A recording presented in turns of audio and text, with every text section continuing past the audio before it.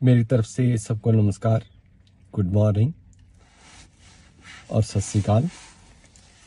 ये वीडियो मैंने हिंदी भाषा में बनाई है और इसका जो टाइटल है वो है इंफॉर्मेशन फॉर इंटरनेशनल स्टूडेंट्स जो 23 और 24 के लिए कनाडा में पढ़ने के लिए आ रहे हैं। ये आप सबको मालूम पड़ ही गया है कि काफ़ी स्टूडेंट जो हैं वो अपनी इंटरनेशनल स्टडी कनाडा में स्टडी परमिट के लिए अपनी एप्लीकेशन लगाते हैं। जब भी किसी अफसर को डाउट होता है उसके डॉक्यूमेंट्स के ऊपर, तो उसकी एक इंटरव्यू के लिए उसको इंफॉर्मेशन जाती है।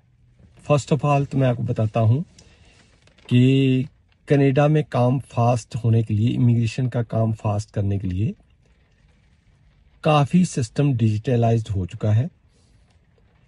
जब आप अपने एजेंट के पास जाते हो भारत में, तो वो क्या करता है, आपकी ईमेल आईडी बना के उसके ऊपर आपका केस ऐसे लगाता है जैसे वो एप्लीकेशन आप खुद लगा रहे हो। देखो, वो आपकी मर्जी है।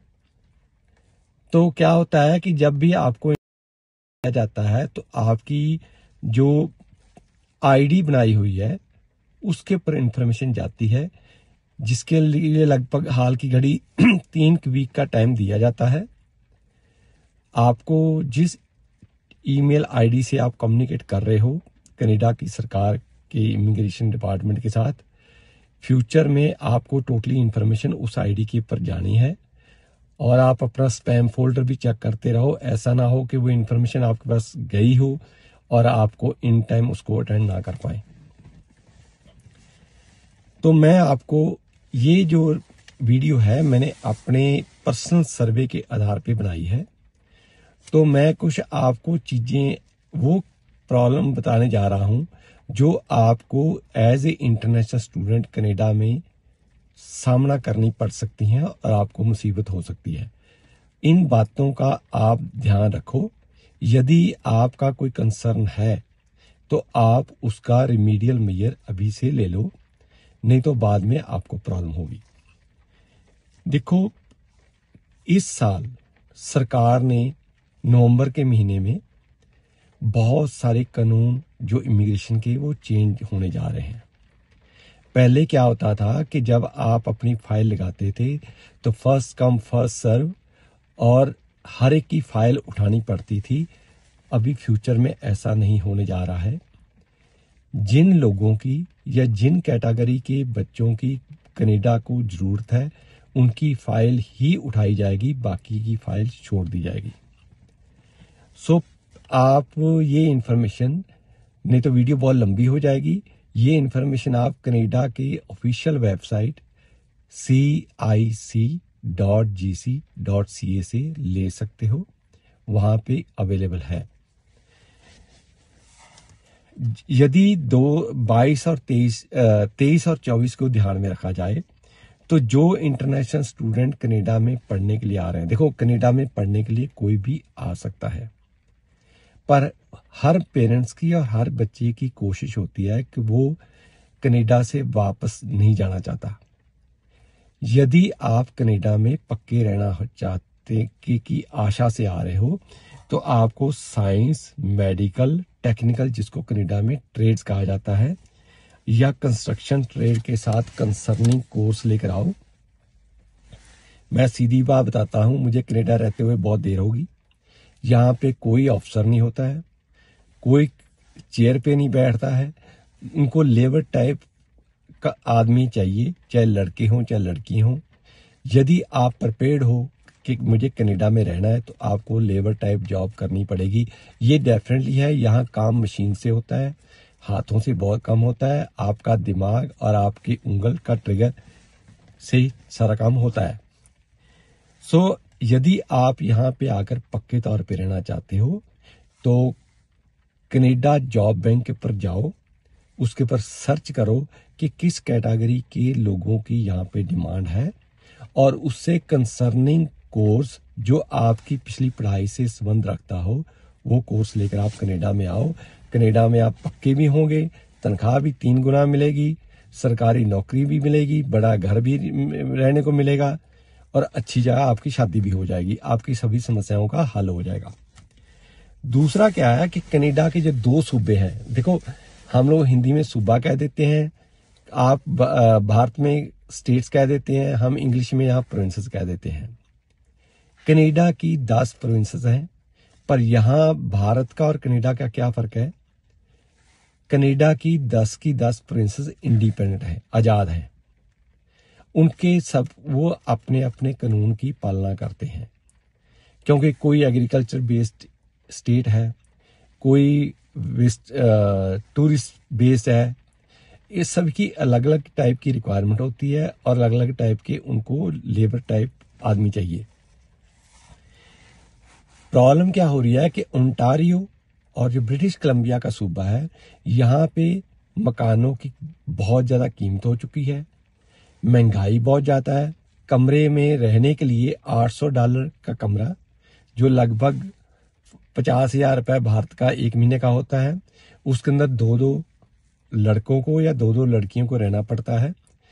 तो यहाँ पे खर्चा ज़्यादा होता है, स्टूडेंट ज़्यादा होने की वजह से नौकरी नहीं मिल पाती है, तो बच्चों को बहुत परेशानी होती है। सो यदि आप पढ़ने के लिए आ ही रहे हो भारत से कनाडा में, तो ये दोनों प्रोविंसेस को छोड़ दो। आप देखो कुछ प्रोविंसेस ऐसी हैं जहाँ पे कम समय आप पढ़ाई करके कम खर्चे पे पढ़ाई होगी, कम कमरे का खर्चा होगा, अच्छी नौकरी मिलेगी, प्लेन एरिया होगा, कार चलाने में आसानी रहेगी, ट्रैफिक कम होगी, लाइन में नहीं खड़ा होने पड़ेगा, तो वहां पे आप पक्के भी जल्दी हो पाओगे। मेरे मुताबिक क्या है, प्रेजेंटली अल्बर्टा, सस्कैचुअन, मणिटोबा और अटलांटिक जोन जो स्टूडेंट 23-24 में आ रहे हैं, या जब तक ये 2 बड़े स्टेटों की महंगाई ठीक नहीं होती है, उनको अपना रूट चेंज करना लेना चाहिए। देखो हम यहाँ पे रहते हैं, बहुत अच्छे शहर में रहते हैं, पर महंगाई इतनी ज़्यादा है, हम कितना घूम सकते हैं? मैक्सिमम साल में 1 वीक घूम लेंगे। तो आप यदि दूसरी जगह जाते हो तो 1 वीक की छुट्टी लेकर आ जाओ, आराम से होटल में रहो, घूमो फिरो और यहाँ का नज़ारा देख के चले जाओ। तो सिर्फ आप इस चक्कर में मत पड़ो कि जी वो शहर बड़े बड़े हैं, वहाँ इंडस्ट्रियल सिटी है। जब आपको आपके पेरेंट्स के पास इतनी इनकम नहीं है, जब आप कनाडा में काम करोगे, पैसे कमाओगे, जितना मर्जी घूमो, जितना मर्जी फिरो, कोई प्रॉब्लम वाली बात नहीं है। नंबर 3 क्या है कि आपने देखा होगा कि जब आप स्टडी परमिट की एप्लीकेशन लगाते हैं, उसके साथ कोई भी जाली दस्तावेज मत लगाओ। उससे होने वाला क्या है, यदि आपका कोई बोगस डॉक्यूमेंट पकड़ा गया, देखो अब सरकार ने 1 नवंबर के बाद इंटरव्यू स्टार्ट कर दिए हैं भारत में, वहां पे आपके डॉक्यूमेंट्स की वेरिफिकेशन होती है।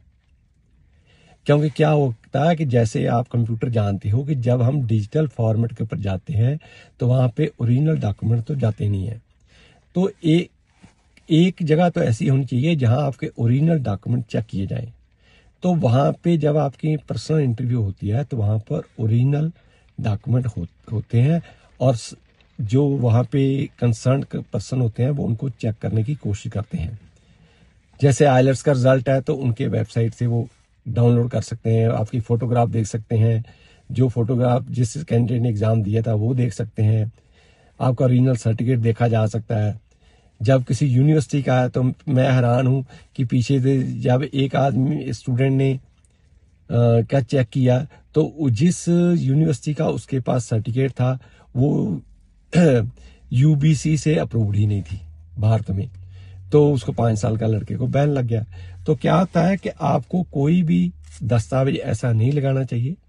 यदि गलती से लगा बैठे हो या आपका एजेंट लगा बैठा, उससे बात कर लो, अपनी एप्लीकेशन विड्रॉ करो, दोबारा फिर सही डॉक्यूमेंट के साथ एप्लीकेशन लगाओ ताकि आपको किसी परेशानी का सामना ना कर पड़े। एजेंट तो मैट्रिक फेल है, मोटे पैसे कमाता है, वो तो पैसा दे लेकर भी निकल जाएगा।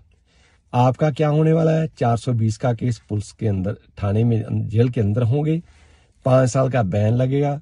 आप तो क्या, आपके आने वाला एक संतान भी कनाडा नहीं आ पाएगी। So please be careful. जो चौथा है, देखो इस साल नवंबर के अंदर बहुत सारी चेंजेस आ रहे जा रही हैं इमिग्रेशन डिपार्टमेंट के अंदर। कोशिश करो कि यदि यूट्यूब आप सोशल मीडिया के ऊपर जाते हो, वही वीडियो देखो जो नवंबर के बाद में लोड होने वाली है। यदि पुरानी वीडियो देखोगे, इंफॉर्मेशन भी पुरानी होगी, आपकी जो कोशिश कर रहे हो वो भी गलत हो जाएगा, तो उसका रिजल्ट भी गलत होने वाला है। यदि पांचवा क्या है कि यदि आप कनाडा में हो और आप किसी शरारती स्टूडेंट के साथ कमरा शेयर कर रहे हो या उसके साथ जॉब कर रहे हो, तो आप उससे अपना नाता तोड़ के शिफ्ट कर लो, अपनी नौकरी चेंज कर लो, नहीं तो अपना प्रोजेक्ट चेंज कर लो। इसी में आपकी भलाई है। कनाडा की सरकार ने नए नए कानून ले आए हैं और उन्होंने पुलिस को ज़्यादा पावर भी दे दी है। ऐसा ना हो कि आपका साथी तो डिपोर्ट होने वाला ही है, उसके साथ आपका नंबर बिना किसी बात के लग जाएगा। नंबर 6, आप सबको ये मालूम पड़े ही क्या है कि जहां पे भी कनाडा की सरकार की इमिग्रेशन डिपार्टमेंट को डाउट है कि जो सर्टिफिकेट साथ लगाया गया है वो गलत है या डाउट है, तो उसके लिए इंटरव्यू के लिए पर बुला रहे हैं। उसकी अच्छे तरीके से प्रिपरेशन करके जाओ। SOP, स्टेटमेंट ऑफ पर्पस, जिसके अंदर लिखा हुआ है कि जो मैं कोर्स पढ़ाई करने जा रहा हूं उसका कोर्स खत्म करने के बाद कनाडा में क्या होगा और भारत में उसका क्या प्रॉस्पेक्ट है। आपको हर चीज रट्टा मारने की जरूरत नहीं है, पर आपको हर चीज की नॉलेज होनी चाहिए, क्योंकि उस एप्लीकेशन के ऊपर चाहे साइन एजेंट ने किए हैं पर नाम आपका लिखा हुआ है। सो आप ही उसके लिए जिम्मेदार हो। अपनी इंटरव्यू के लिए सही तरीके से प्रिपेयर होकर जाओ। यदि कोई जाली दस्तावेज है उसके अंदर, तो आप तुरंत उस एप्लीकेशन विड्रॉ करो और दोबारा अपनी एप्लीकेशन लगाओ, ताकि कोई प्रॉब्लम ना आए आपको ऊपर। Number 7, study visa